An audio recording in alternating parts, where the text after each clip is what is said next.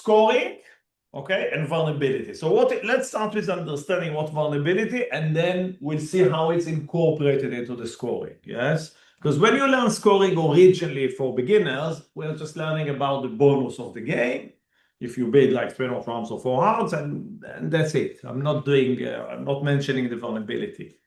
But when you play, if you play, a board, you play either duplicate or you're playing here. If you're playing at home and you deal the cards, then of course it's a bit different, even though you can use vulnerability if you want, but then you need to decide about it.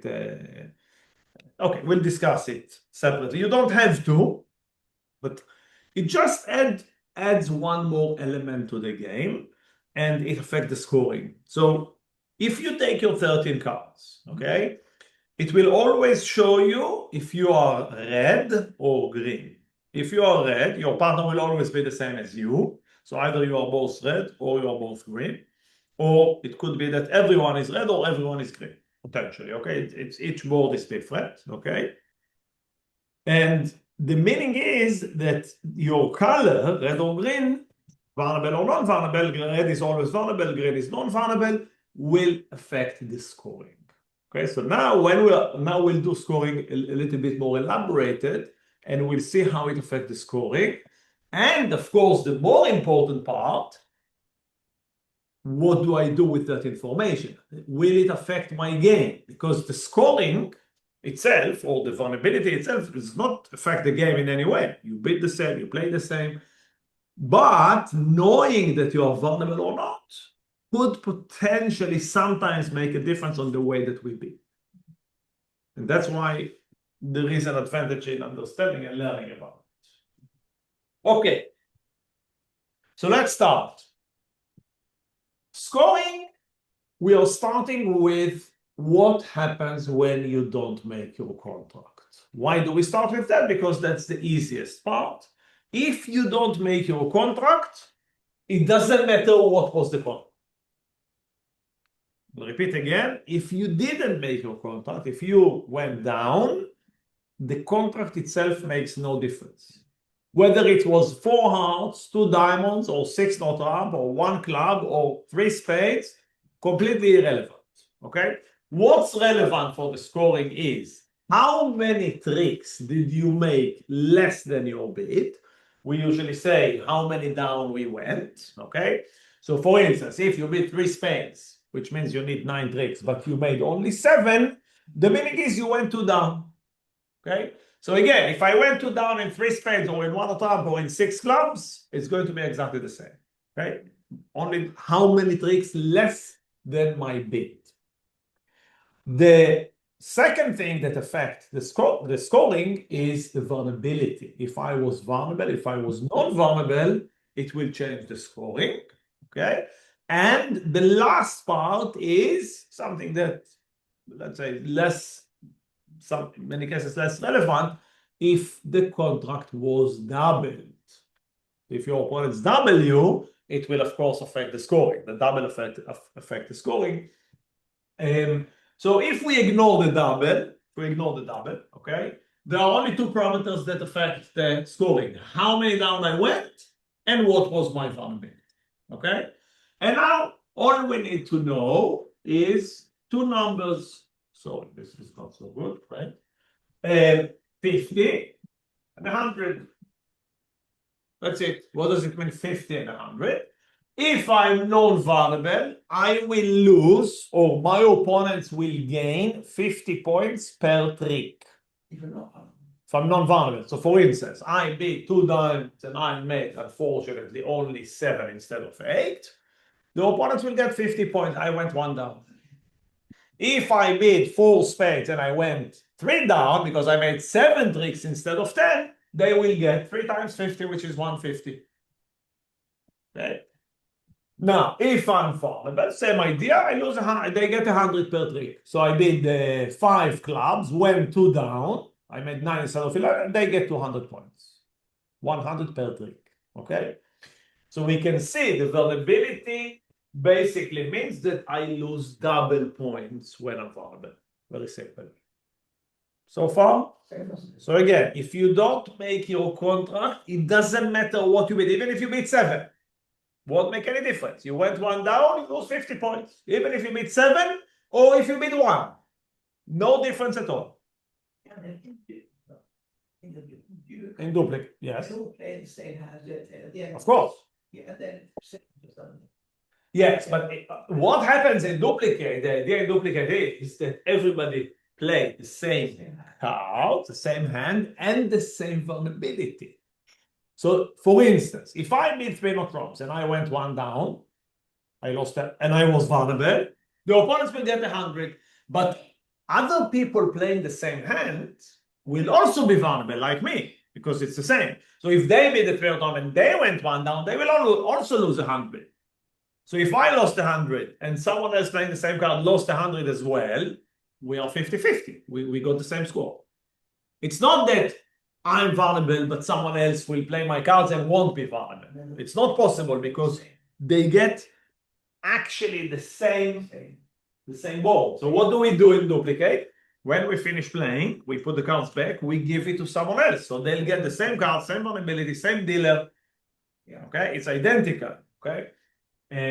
So that raises the question how the vulnerability affects our bidding or our thinking. Okay? Okay. So we'll answer that question, but we need, of course, to discuss what happens when we actually make the contract or move. Okay? How would the vulnerability affect the scoring then? Okay, so here, unlike when you don't make it, it's a little bit more complex. Okay, so we already know, hopefully, what is a game. I'll just do a quick reminder. A game is a contract. It's not 25 points. It's not many people give me answers. So game is a contract that if you bid and make, you get a bonus. That's it. What are those contracts? We have 5 options. Debbie, what are the 5 contracts that will give you the bonus? Quickly. The 5 contracts that will give you the bonus. 3 no prompts. 4 Hearts. 4 spades. 5 clubs. 5 diamonds. Okay? So we have 3 no trumps, 4 in a major suit, 5 in a minor suit. Tracy? Yeah. Okay? Now, why is that important? Because if you bid one of those contracts and you make it, you will get a bonus. You'll get a big bonus. Okay? So, in the bidding, our goal is to verify that we can make it, and where the 25 points come in, we say that if we have 25 points between us, we are likely to make one of those, or let's say we have a reasonable chance to make one of those contracts. That's where the 25 points come in, but they are not connected to the rules. Those are the rules of the game. You bid it, you make it, you get a bonus, okay? Now, where the vulnerability comes in, the bonus is different. If you are vulnerable, the bonus is higher. So vulnerable position works in both ways. You lose more when you are not making the contract, but you gain more if you make a game. So soon we'll discuss the numbers. I'll just add before that if you bid, so this is a game, that's the term game, right? If, on the other hand, we bid a part score, okay, Tracy, give me an example of a part score. Give me an example of a part score. 3 hearts. 3 hearts. Excellent. How do we know that 3 hearts is a part score? Because it's lower than a game. Any contract that is lower than game is a part score. 2 no trump, 1 club, 2 spades, 3 diamonds, 1 spade, 2 no trump, 4 clubs, okay? 2 spades. There are many part scores, 2 diamonds, 1 diamond, okay? So any contract that is not a game is not affected by vulnerability. Okay? If I make it, yes. If you don't make it, it's always a double, you lose double points. Yes. If you make a part score, okay, ignoring double, okay, double will affect the scoring if you are vulnerable or not, but if we ignore the double, there is no effect of the vulnerability. So if I bid and make 3 hearts, I will get the exact same points whether I'm vulnerable or not. Okay. Let's take an example here. 3 hearts will give us 140 points if we make it. Just to understand the difference, if you bid and make 4 hearts, which is a game, you'll get a bonus. How much is the bonus? Depends on vulnerability. Non-vulnerable, 420. Vulnerable, 620. Okay, so obviously a very big bonus. So it's clearly very important to bid the game if you can, first of all. Now, remember that, of course, that if I bid and make 4 hearts, I prefer to be vulnerable. Why? Because I'll get 620 instead of 420. The problem is I cannot control the vulnerability. Remember, the vulnerability is given. Okay? But you know that if you're vulnerable and you bid the game and you make it, your bonus will be 600 points. Okay? So it's a lot of points. And during the bidding, of course, we always think about how to get those points, because that's what we are trying to do. Yes, it goes to the essence or the goal of the game is to maximize the potential of the cards that we have received. And the way to achieve it mainly is by bidding a contract that will give us a bonus. Okay. Of course, the next step after the game will be the slam, 6 clubs, 6 diamonds, all the 6 level contracts which are slams. Again, non-vulnerable, the bonus you'll get around 900. It depends which slam it is, but 900 and something. While vulnerable, you'll get 1400. Again, you see a big difference. Okay, but it's not that important. I would even say not important at all to remember all those numbers, 400, 600, yes. What we need to understand or remember is that when we are vulnerable, the risks are higher, almost double, yes? So, and it goes both ways. So if I'm risking to go higher in vulnerable position, I could gain more if I make it, but I will also lose more if I don't make it. Okay, so the main question is now we are going to pause here for questions, okay? I'm going to tell you now that the next step and the main part of the lesson is to try and understand, okay, how are we going to use the understanding of the scoring in the bidding? How is it going to affect our bidding? Okay, so if you have questions about that, that's not now because we haven't discussed it yet. But if you have any questions about the scoring, the vulnerability, the game, the part score, the not making, the yes making, that's the time. Let's go. Tracy, you had 2 questions. Let's hear, what are they? I have one question. One question. Sorry, my mistake. Please.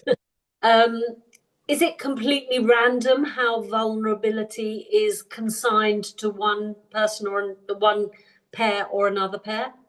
100% correct, completely random. It depends where you are sitting, which table you are, how many boards are played. For you, 100% random, but each game it will change. That's definite. So you're playing one game, the next one, the vulnerability will be different. I mean, your vulnerability might be the same, yes, but it's not going to be the same configuration, if that makes sense. So but it works in pairs. If you're vulnerable, so you and your partner are always the same vulnerability because you are being scored together. So you cannot be in a different vulnerability. Yes. So if you were playing at home without the pre-sorted cards, how would you decide who's vulnerable? It's a good question. So if you are playing at home, you have 2 options. One option is not to have vulnerability at all. Yeah. I think many people are doing. But if you do want to have vulnerability, okay, so what people will usually do, and that's how it works in Britain. You can do it differently, but it goes in sets of 4. So 4 games, there are 4 different configurations, okay? In the first game, no one is vulnerable. You're starting, let's say, slowly. Okay. In the second game, the dealer and the partner is vulnerable. Okay, so if we're playing for, let's say, I dealt the first hand, no one is vulnerable. The second hand is dealt by my opponent on the left, usually it goes down. So my opponents will be vulnerable because one of them dealt, and we are not. The third game, my partner will deal the cards. We are vulnerable, and they are not because my partner dealt the cards. And the fourth game, everybody is vulnerable. Meaning is we had 4 games, okay? In each game, we had a different dealer and a different configuration of the vulnerability. The first one, no one. The second one, my opponent. The third one, we. And the last one, all. Everybody's vulnerable.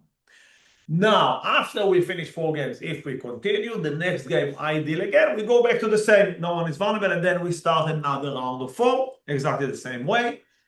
And that's quite simple. Physically, what people tend to do, or I mean, it's up to you.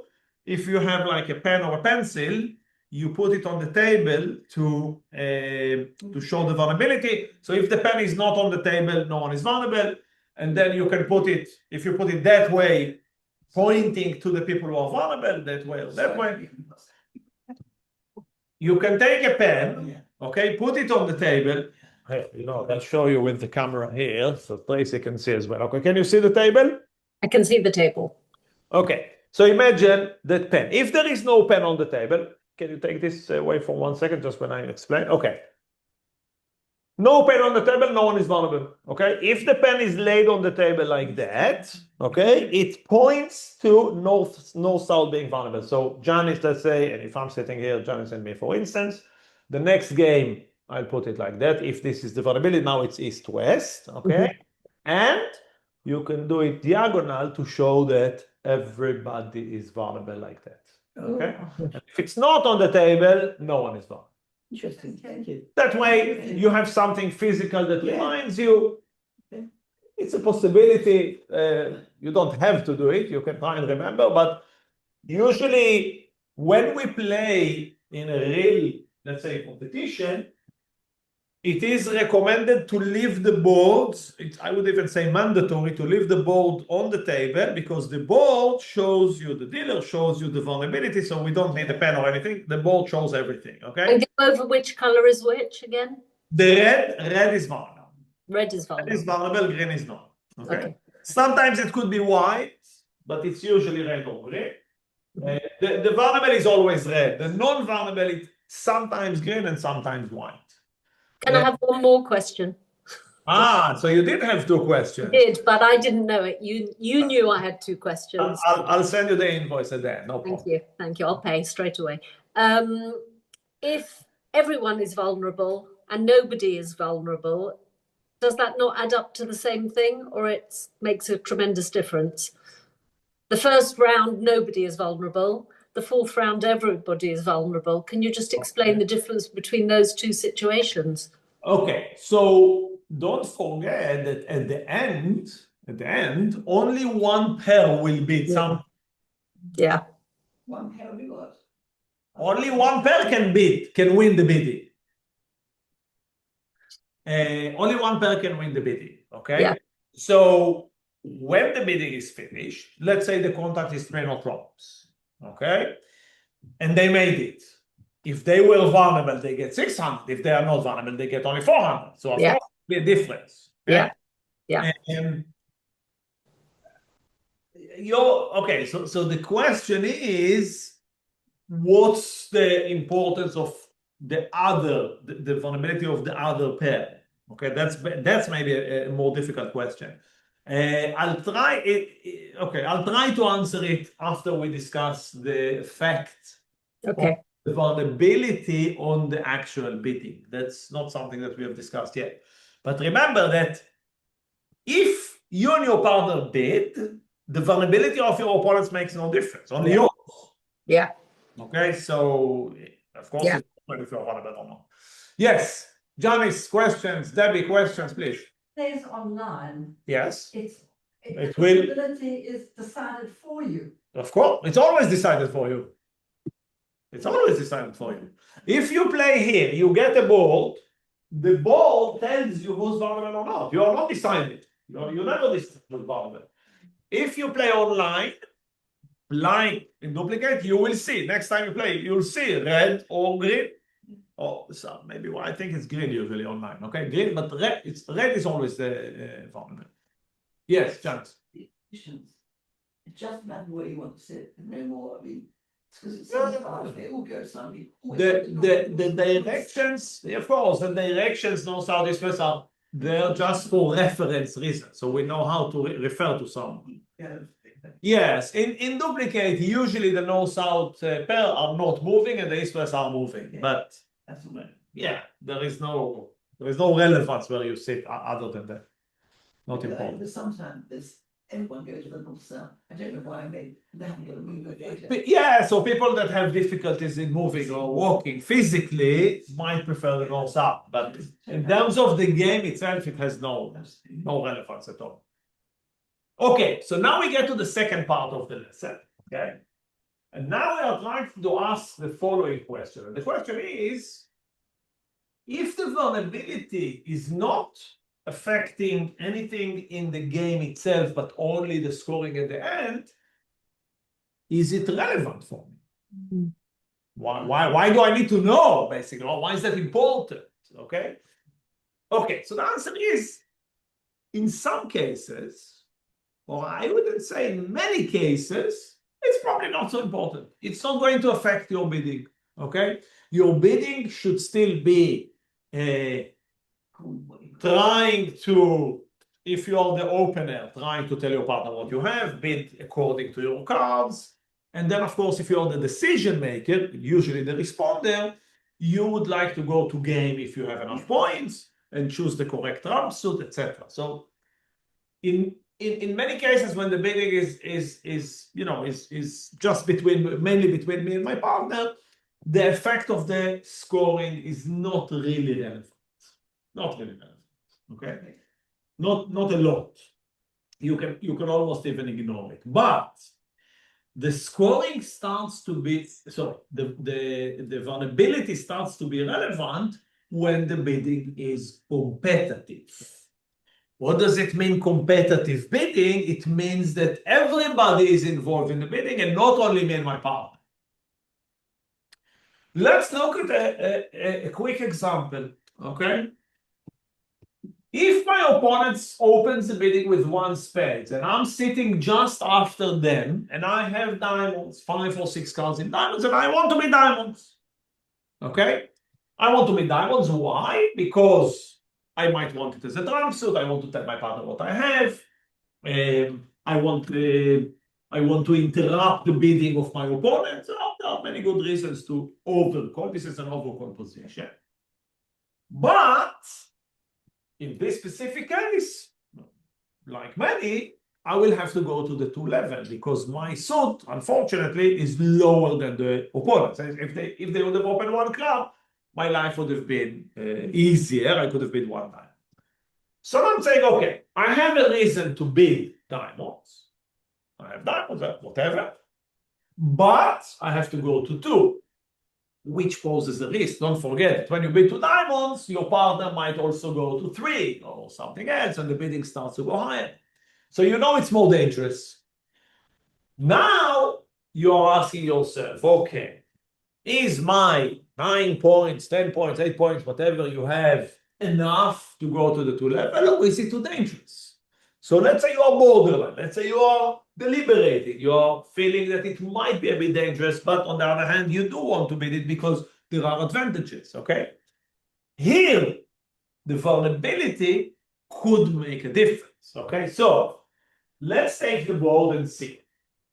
If the vulnerability is they are vulnerable and we are non-vulnerable, I'm in a much better or easier position to take the risk. Why? Because I know that even if we went too high and we won't make it, we lose half of the points. We lose only 50 per trick if we don't make it.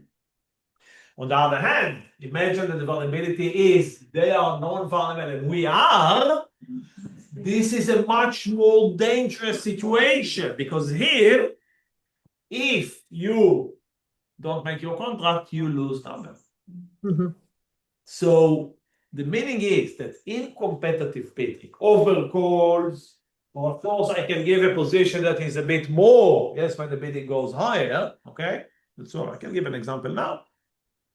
The vulnerability could help me decide whether to take a risk. So we use the vulnerability only when we are borderline, okay? If I have, let's say, 12 points and 5 diamonds with 2 picture cards, then I don't have a problem. I have everything that is needed, and it's quite straightforward to overcall. But when, you know that Antoinette, for instance, she likes to bid even when it's only near the requirement. Yeah?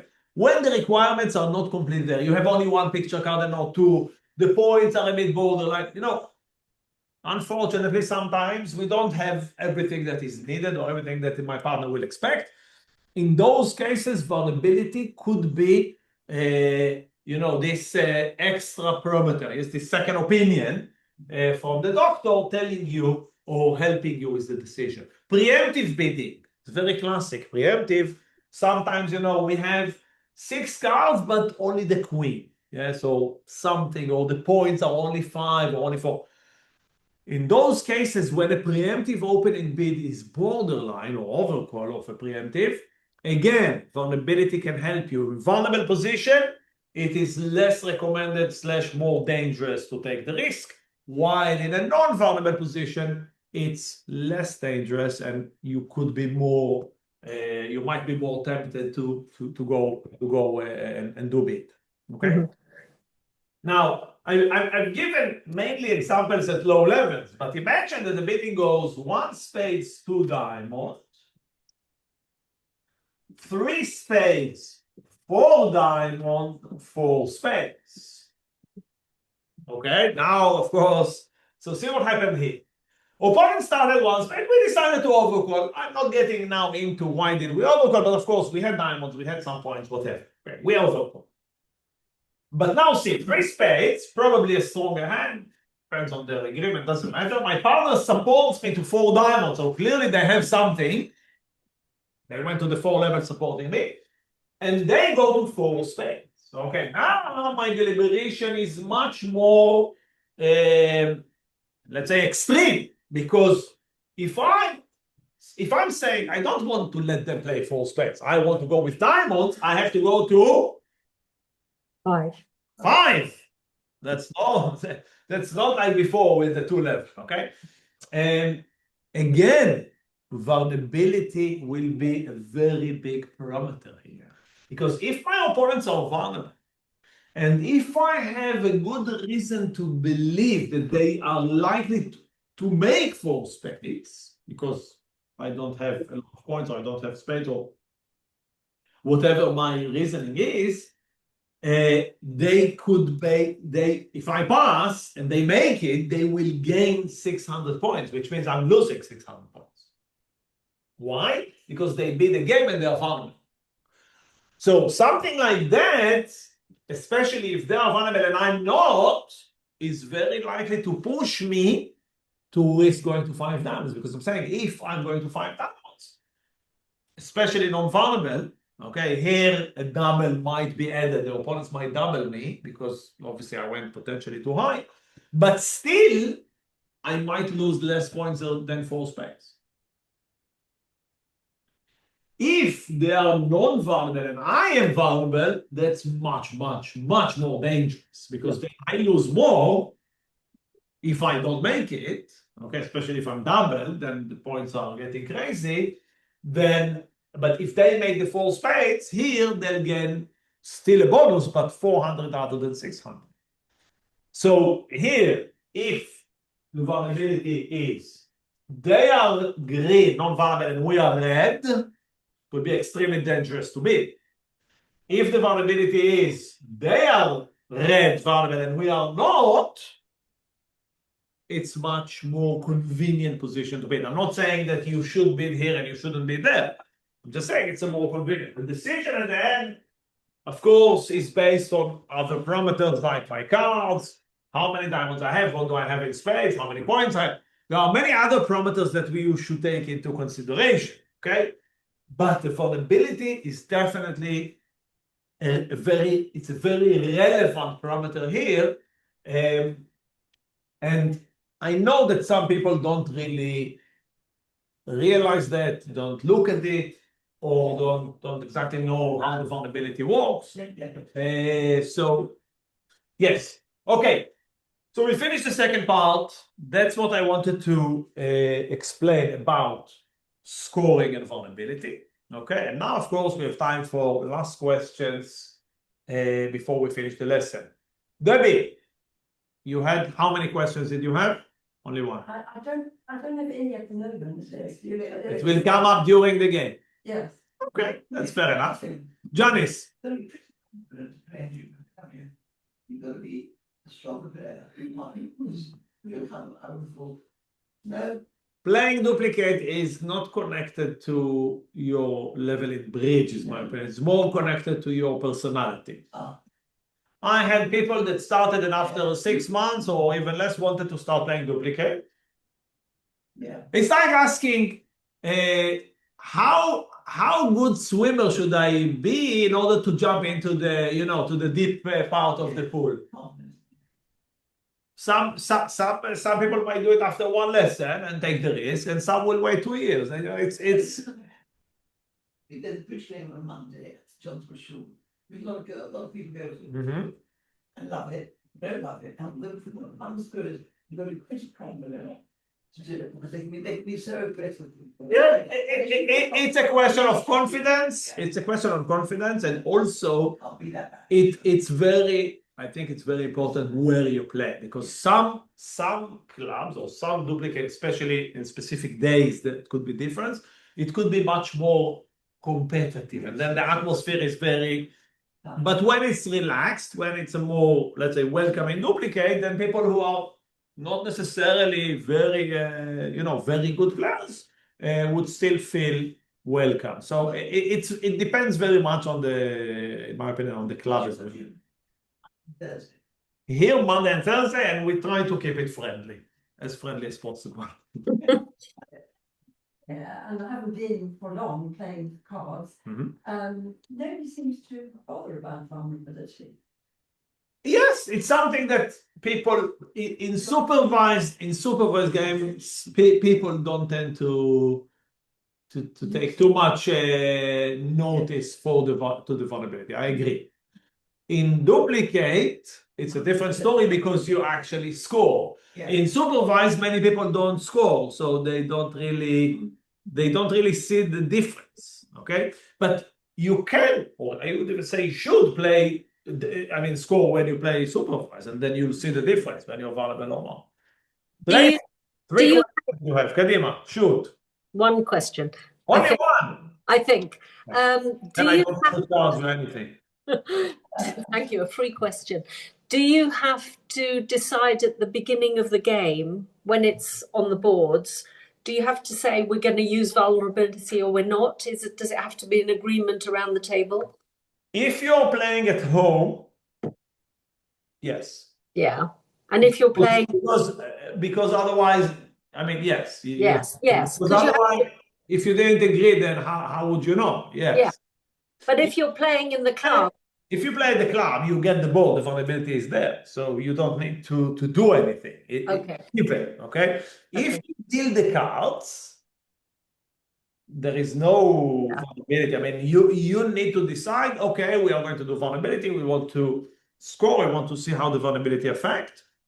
So you don't have to announce that we're using vulnerability if it's on the board.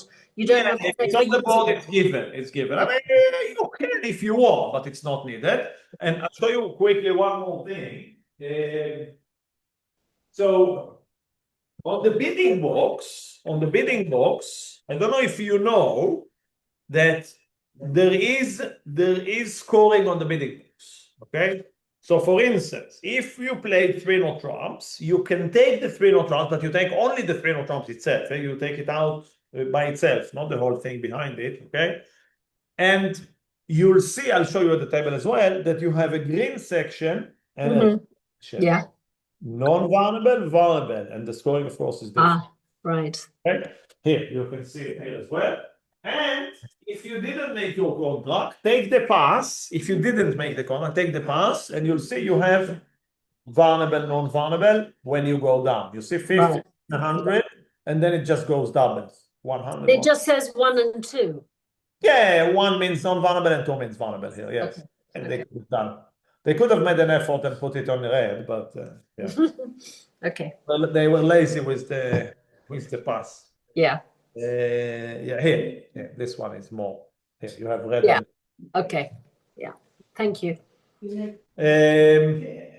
So you even have it on the bidding box, which means you don't need. What's important to understand is scoring.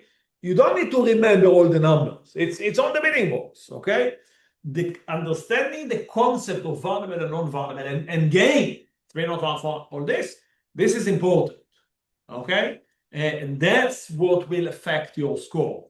The bidding a game and getting the bonus, and if you are vulnerable or not, okay? You don't need to start remembering the exact numbers and this is. It's not impossible, but it is relatively redundant. You don't need it.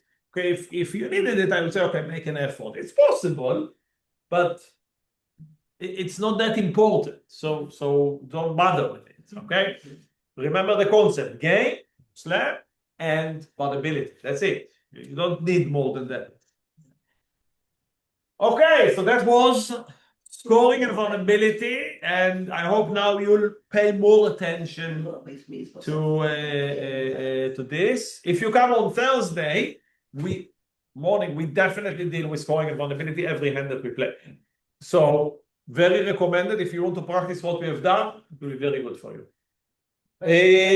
Tracy, keep enjoying in France, and I hope to see you soon in London. Are you back in September? 3rd. That's not that far. Yeah. Okay. Thank you. Bye. Bye. Yeah.